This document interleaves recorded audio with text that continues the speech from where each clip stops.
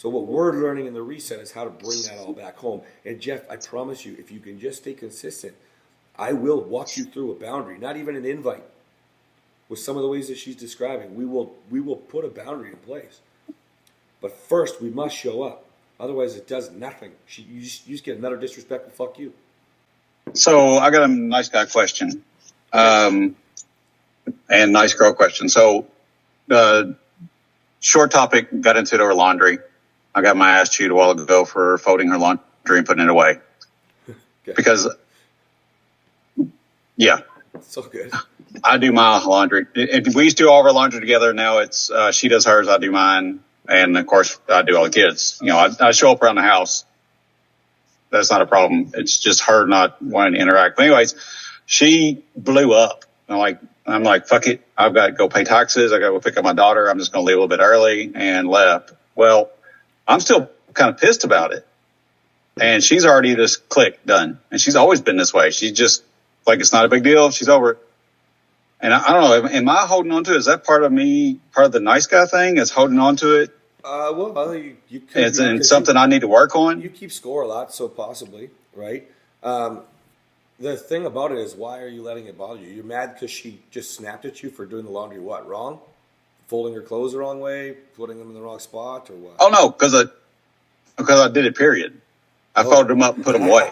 I just think that shit's funny. Why you got to let that bother you? This is funny. So, like, if you think about it, I'm not saying this to your wife, but if you just think about it like this, you're mad because I did your laundry. That's just, you're cute when you smile. You know what I mean? Like, or you're cute when you sneer. Oh, it made it worse. You know? Yeah, but that's because you're taking it so personal. She's just saying something like, I don't want you to touch my fucking laundry because I don't want to have anything to fucking do with you. Fuck you. Right? But maybe she needed to do her laundry because you couldn't do yours. You know, the typical response would want to be explaining yourself and why you treating me like this. I did you a favor, blah, blah, blah. Like, that's not really the nice guy, because that's just kind of a sort of safe reaction, defend yourself when you're like, well, I did your laundry. Why are you treating me this way? So you didn't do it for the expectation, it sounds like, which would be the nice guy, right? If I do the laundry, she's going to be nicer to me today. That's nice guy, right?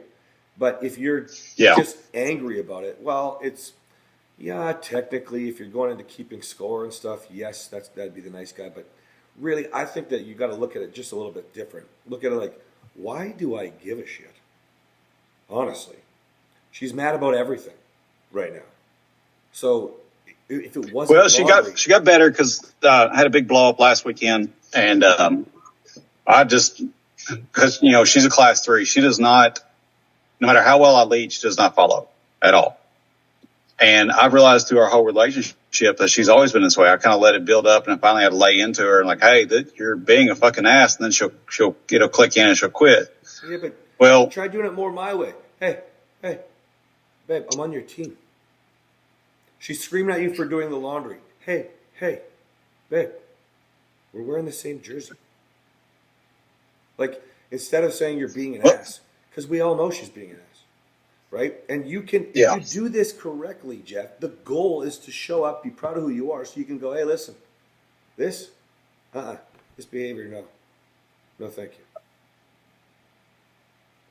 Right? But you can't do that if you let yourself get sucked in. You know, insecurity is the monster, but anger is the fucking beast.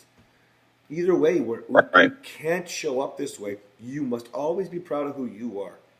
If you're leading by example, so you said she won't follow you. She's a vicious type 3. She's not going to follow. Well, she sounds like a vicious type 3, for sure. Now, she won't follow. Well, nobody follows if the example is not there. It's called role modeling. It's called leading, right? So we don't get sucked into her attitude. If she can't follow if you get sucked into her attitude.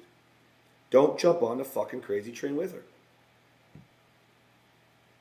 Well, I completely understand that. What blows my mind is how fast she can jump on a crazy train and then jump right back off like it's just on normal Tuesday. I don't know why you're even thinking about that. That could be like all kinds of things. But let's just go with the basic with relationships, where people just start getting hurt, protective of themselves, defending themselves, and then ultimately they get triggered. Right? Okay. I'm going to give you the reason I was concerned about it was she's so good at doing it, and of course, you know, like you said, I keep score, and I'm realizing I do it. I'm trying not to, but I was wondering if it was more something in the nice guy tendency that I need to work on a little more about.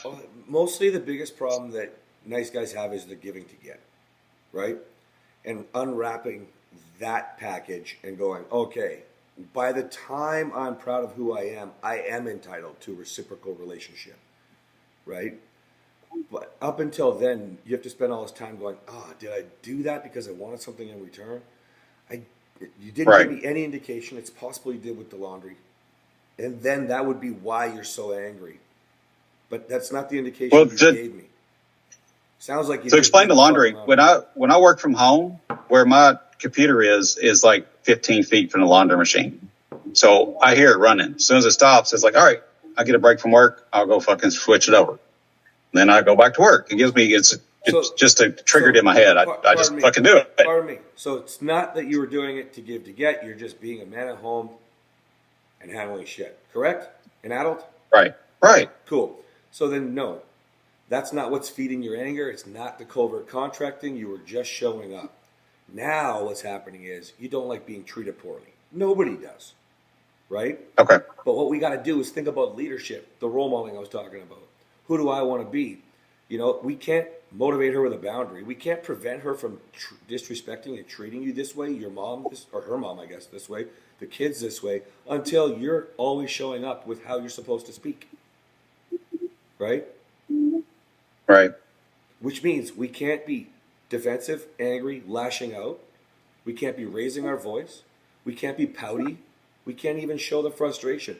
We have to show up and show the family what it's supposed to look like in a peaceful fucking home. Right? Now, guys, I'm not saying this is always easy, especially if your wife's coming at you like Jeff's wife.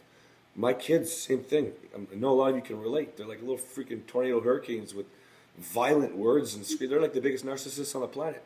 But here's the thing. They just all need to learn what it's like to have proper communication. Right?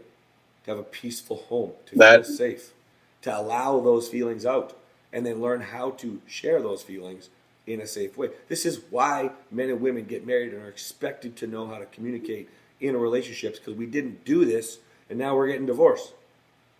So what we're learning in the reset is how to bring that all back home. And Jeff, I promise you, if you can just stay consistent, I will walk you through a boundary, not even an invite. With some of the ways that she's describing, we will put a boundary in place. But first, we must show up. Otherwise, it does nothing. You just get another disrespectful fuck you. Right. Okay. It's just I'm building on I really didn't start showing up till the 1st of October. Is really when in my mind I clicked in. But so I'm just kind of building on my skill set now and trying to answer some of my questions so I know what to build on further. Yeah, you're doing a good job with why you're related, because you struggle more than most men.